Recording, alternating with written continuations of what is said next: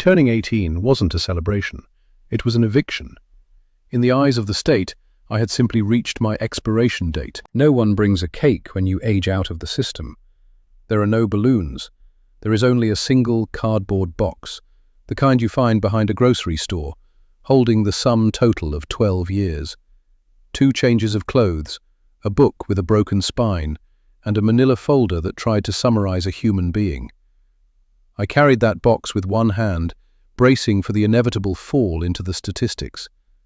I lived with the poison of believing my mother had simply walked away, leaving me with nothing. I was certain I was worth nothing. I was wrong. Mr. Henderson, the director, didn't look up as he slid my life across his desk. To him, I was just another line item being reconciled, another piece of inventory moving through the warehouse.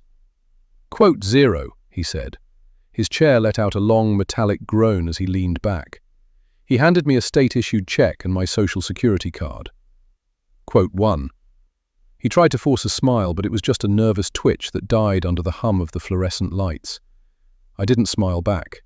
I just nodded, my fingers tracing the rough, battered edges of that box. For over a decade, my world was governed by a clock I didn't own. 7 a.m. breakfast, 8 a.m. school, 9 p.m. lights out. Now, the schedule was a terrifying white void. Freedom didn't feel like an opportunity. It felt like being shoved off a ledge into the dark. Quote 2, he said, reaching into his wire basket. He pulled out a crisp, heavy white envelope. It looked too clean for this room, too expensive for a place like this. Underscore, underscore. Quote, underscore. Quote, underscore. I took it, feeling the weight of the paper. My name was on the front, Leo Vance. Below it, the address for Albright and Associates. I'd never heard of them. Quote, 4. Quote, I asked, my voice barely a whisper. Quote, 5. Quote, Henderson said, already buried back in his files. Underscore, underscore. Quote, underscore, 6. Underscore, underscore. The name hit me like a fist to the solar plexus. Sarah Vance, a woman I only knew through the static of broken memories. I could still catch the faint, ghost scent of rain on asphalt when I thought of her. I could almost hear a low hum, a song without words, and feel the scratch of a wool coat against my face. She vanished when I was 6. The system called it abandonment. I called it my fault. I figured I wasn't worth staying for. My first night of freedom was spent in a motel that smelled of stale cigarettes and cheap bleach. The TV was bolted to the dresser, and the highway trucks outside kept a lonely, rhythmic roar. I sat on the edge of a mattress that dipped in the middle, staring at that letter. An estate. The word suggested mansions and silver spoons, things meant for other people. It couldn't possibly belong to my mother. She was a ghost who worked double shifts and always seemed to be running from something. When I finally tore the paper open, it didn't feel like a gift. It felt like a trap. The page was a minefield of legal jargon, testamentary disposition, fiduciary duties, things I didn't understand. But the core of it was a command. I was to report to the office of Ms. Eleanor Albright was waiting to discuss the settlement of my mother's assets. The next morning, I caught a bus downtown. I spent the entire ride lying to myself, whispering that this meeting wouldn't change a thing. The law office was tucked inside a glass tower that scraped the sky. It was a different universe from the cracked linoleum and the smell of old paint at the group home. I felt small in my worn jeans and faded hoodie. I was a stain on their polished world. The receptionist watched me with a neutral mask that couldn't hide her disapproval. But Ms. Eleanor Albright was different. She was an older woman with sharp, intelligent eyes. Her hair was pulled back into a severe bun, yet she didn't feel cold. She wore a simple black dress instead of a suit. She shook my hand firmly and led me into a corner office with a staggering view of the city. "Leo," she said, nodding toward a chair. "Thank you for coming. I was your mother's attorney." The words felt heavy and wrong. My mother had a lawyer. Toward the end, yes, she replied. Her voice was calm and practical. She folded her hands on the glass surface of her desk. I'll be direct. Your mother's estate is not substantial. By most metrics, it's a liability. She slid a manila file across the desk. I opened it. Inside were photographs of a small, broken house. The windows were boarded over with weathered plywood. The roof sagged in the middle like the spine of a tired old horse. The white paint was peeling in long, curling strips. Grey, splintered wood showed through the gaps. It was surrounded by a tangle of overgrown weeds and skeletal trees. It did not look like a home. It looked like a place that had been forgotten on purpose. She owned a cottage, Miss Eleanor Albright explained. It's out in a place called Stone Creek. It's remote, about a 4-hour bus ride from here. She inherited it from her grandmother. It's been in your family for generations. I stared at the pictures of the ruin. This was my inheritance, a monument to decay. It felt like a final insult from the woman who had left me with nothing. As I said, it's a liability, she continued. Her voice pulled me back from the rot. The property is in significant disrepair. More importantly, there are back taxes, 5 years' worth. It comes to a little over $7,000. A bitter laugh escaped my lips. $7,000? I have $312 to my name. That was my entire life's savings. The state provided severance for a childhood spent in the system. I'm aware of your financial situation, she said. Her expression softened with something that felt like sympathy. But lawyers do not call people like me just to deliver bad news. Which brings me to this. She produced another document. This one had the letterhead of a company called Oakwood Development. They've been buying land in that area for a new resort project. They'd made an offer on your mother's property. She turned the paper around so I could see the bottom line. They were offering $25,000. They know about the tax lien. The offer is conditional on a clean title, so the $7,000 would be paid out of the sale. You would walk away with roughly $18,000 after my fees. $18,000. The number made the room tilt. It was a fortune. It was a new life. It was a security deposit on an apartment, real clothes, and a ticket to anywhere. It was the answer to every terrified question I had been asking myself for the last 24 hours. It was the logical choice. It was the only choice. To them, it isn't a home. It's just a plot of dirt, Miss Eleanor Albright said. Her voice was clinical. They'll bulldoze the structure. They only care about the 2 acres it sits on. Flatten it. Make it disappear.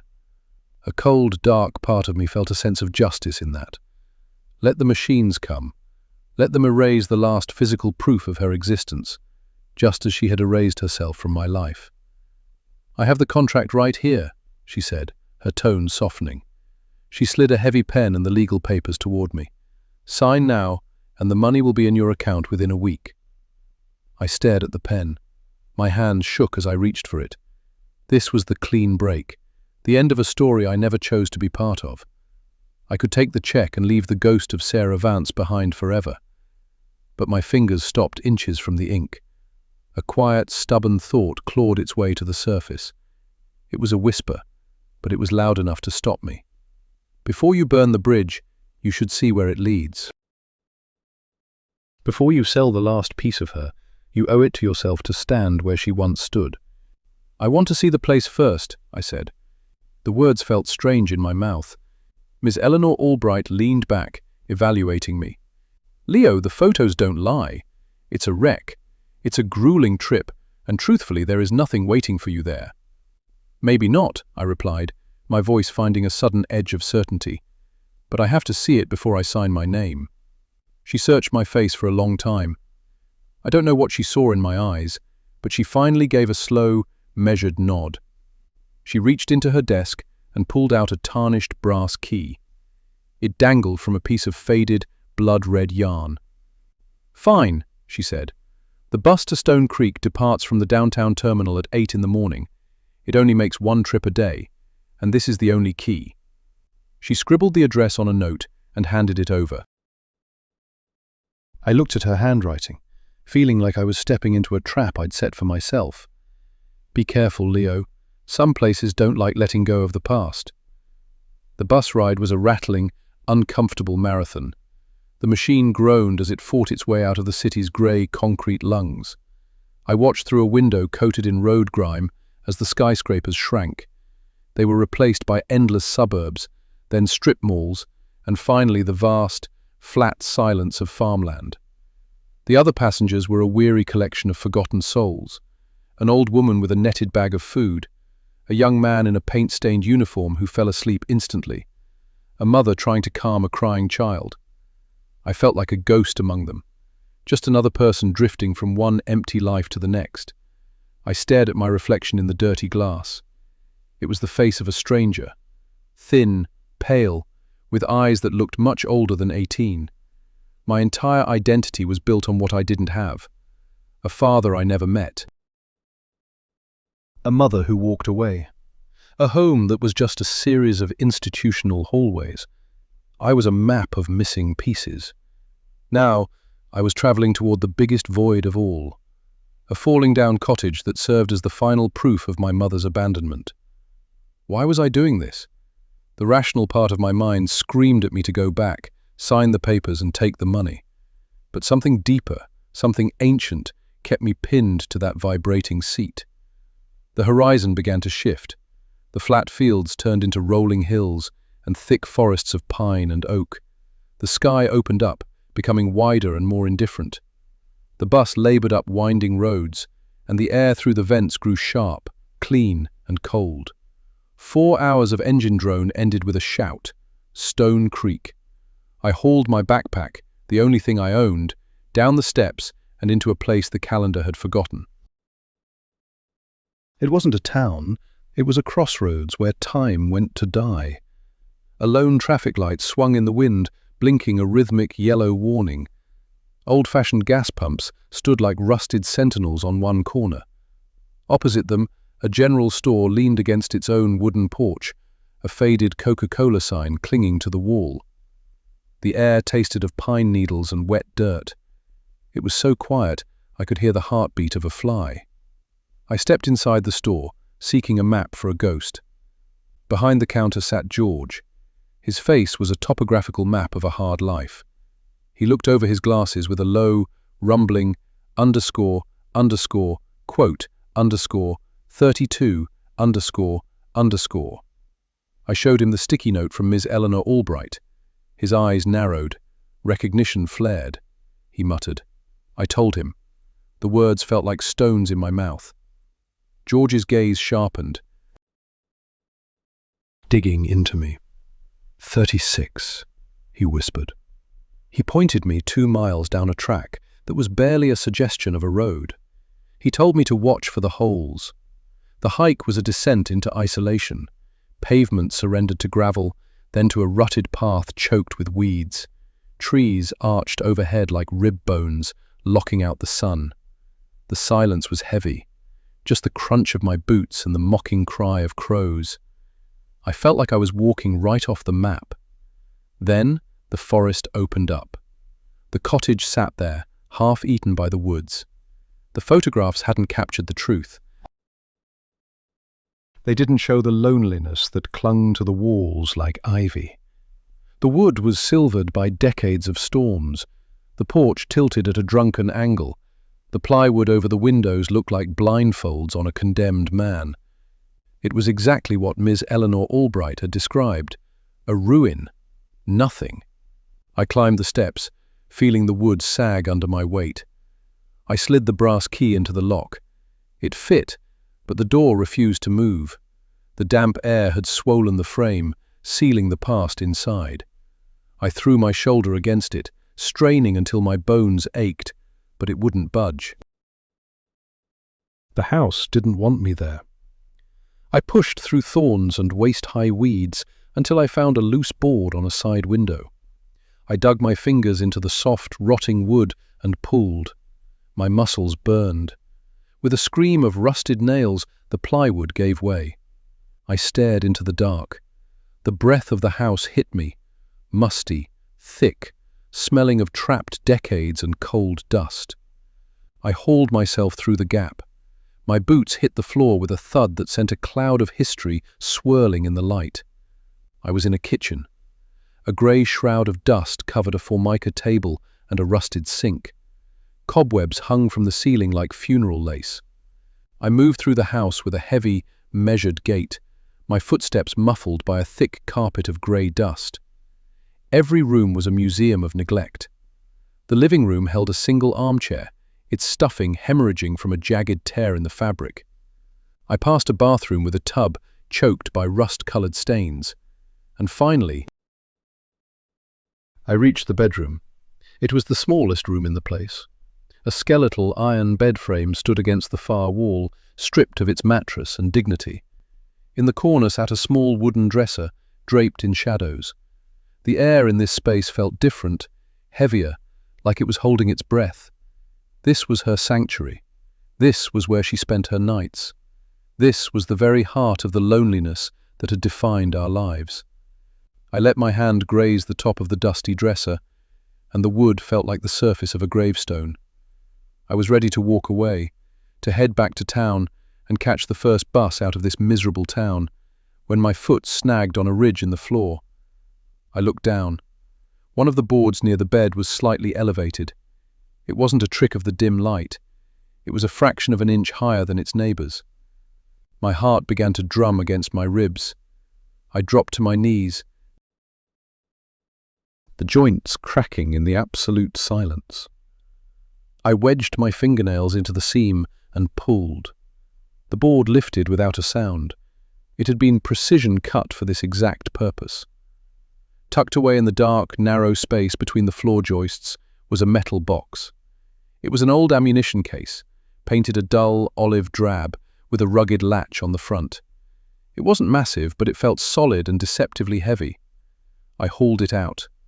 The metal was ice cold against my skin. I sat back on the floor, a single shaft of light from the window cutting through the gloom to illuminate the box on my lap. My hands were trembling as I fumbled with the latch. It was stubborn, seized with rust, but it finally gave way with a sharp metallic snap that echoed through the hollow house. I pulled back the lid. There was no gold inside, no hidden cash, nothing that a bank would value. Instead, it was packed to the brim with paper. Stacks upon stacks of thin, yellowing sheets were tied together in precise bundles with twine that had faded to a ghostly white. Resting on the very top of the first bundle was a lone envelope. Across the front, written in a graceful looping script, were two words: for Leo. The breath hitched in my throat. I reached for the envelope, my fingers shaking as I unfolded the single page within. The same elegant handwriting filled the paper. "My dearest Leo," it began, "if you are reading these words, it means I am gone, and it means you have finally found your way home. I know the questions you must have. I know the anger you must carry. I need you to know that not a single day has passed, not 1 hour, where you were not in my heart. Not a night went by that I did not see your face in my dreams. Leaving you was never an abandonment. It was a sacrifice. It was the most agonizing and necessary choice I ever had to make." I had to pause, my vision blurring as tears I hadn't felt in years began to fall. I wiped them away with a sharp movement and forced myself to read on. __quote _41 __. The air in that small room grew thick and suffocating. I could almost taste the cold, paralyzing dread she must have lived with every second. Quote 42. "Staying together was a death sentence for your future. I knew I couldn't protect you if we remained a target. He would have used you as a leash to break me, to control every breath I took. So I did the only thing a mother could do. I ran. I vanished, and I made sure you vanished with me. I surrendered you to the state, knowing they would move you and change your name. It was the only way to keep you safe in a way I no longer could. I told myself it was a witness protection program. It was the only path to break the trail, to ensure Silas Thorne's people could never find you. I retreated here, to your great-grandmother's cottage at 214 Stone Creek Road. A forgotten place for a forgotten woman. I boarded up the windows and lived like a ghost. I worked odd jobs for cash in the next town over, hiding my face, saving every cent. Every waking moment was spent thinking of you and writing to you, even though I knew the letters could never be mailed. This box, Leo, this is my life. It is the story of every year we lost. I need you to read them. I need you to understand. This house isn't a ruin, it is a fortress. It was my sanctuary, and I pray that one day it can be yours. Do not let them take it. It is all I have to give you. It is everything. All my love forever, Mom. The letter slipped from my numb fingers. A sound tore out of my chest. It was a raw, jagged noise that was half sob and half scream. The entire foundation of my life had been built on a single pillar, the belief that my mother had rejected me. In an instant, that pillar had been dynamited. She hadn't walked away. She had hidden me. She hadn't abandoned me. She had saved me. The grief hit like a tidal wave. I wept for the 6-year-old boy left alone in a sterile office, convinced he was unlovable. I cried for the teenager who built walls of anger to protect a shattered heart. And I cried for her. I cried for the woman who spent her life in this dusty, lonely house. She wrote letters to a son she couldn't see, all to keep him breathing. The sheer weight of her love, a love I never knew existed, was crushing. I sat on those floorboards for hours. The light from the window faded slowly until the room was swallowed by deep shadow. The silence of the house no longer felt oppressive. It felt holy. It was the silence of a place that had guarded a painful secret for a lifetime. Then, my phone buzzed in my pocket. A cold intrusion from the world outside.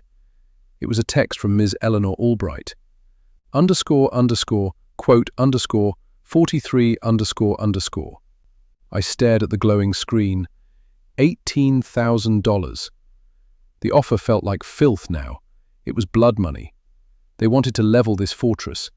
They wanted to bulldoze a mother's sacrifice to build a golf course or a luxury spa.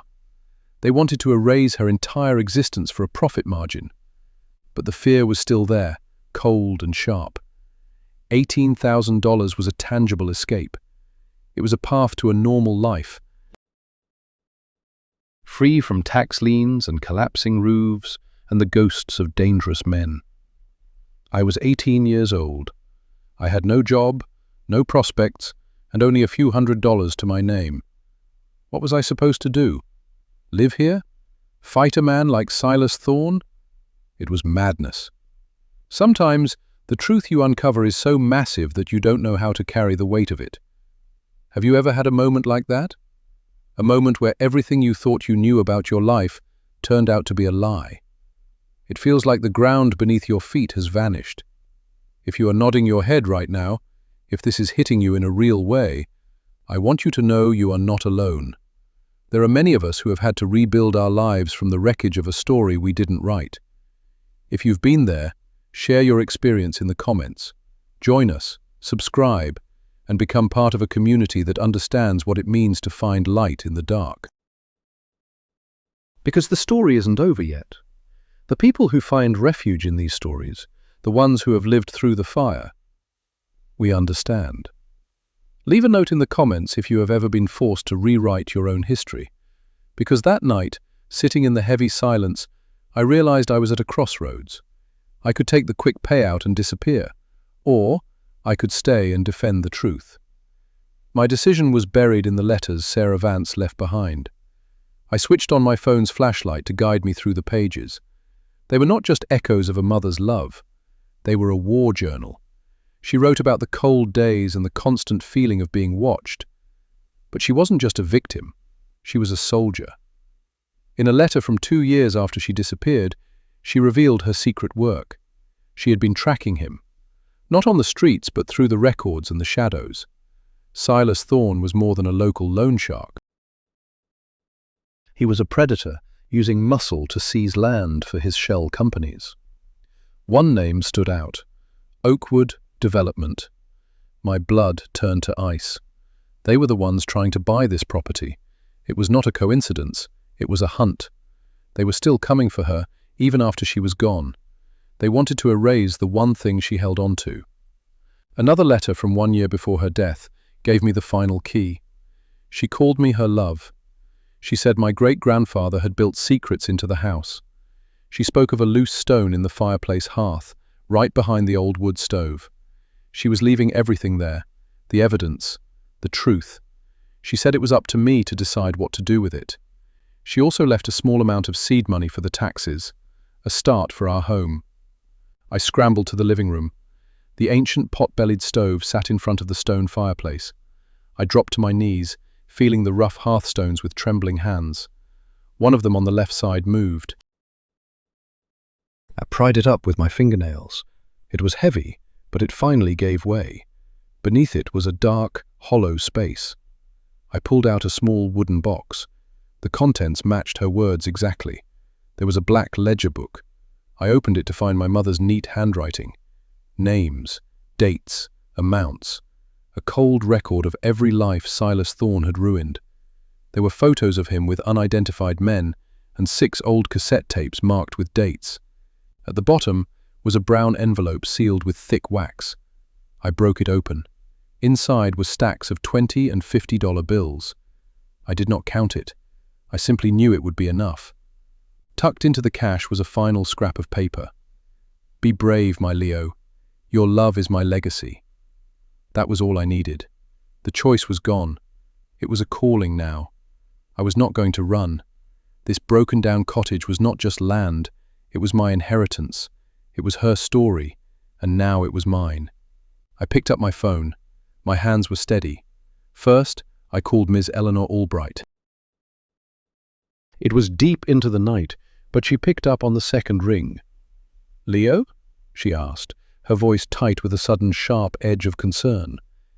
"Is everything all right?" "Everything is different," I told her.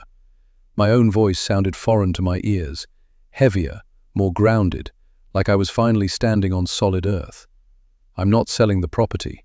I'm paying the back taxes. I'll wire the $7,000 to the county office tomorrow morning." There was a long, heavy silence on the other end of the line. "Leo," she said slowly, weighing her words, "are you absolutely sure about this? What exactly changed your mind?" "I found some things my mother left behind for me," I replied. "This is the only way forward. Can you handle the legalities? Call Oakwood Development and tell them the deal is dead." I could almost feel her mental gears shifting, re-evaluating the situation and re-evaluating me. "All right, Leo," she said finally. There was a new note of respect in her tone, something that hadn't been there before. "Quote 54. Quote 55, I said. Quote 56. Next, I found the number for Oakwood Development on their official letterhead. A man with a polished professional voice answered. I asked to speak with Mr. Davies, the name signed on the offer letter.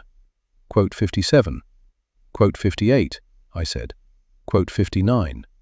Quote.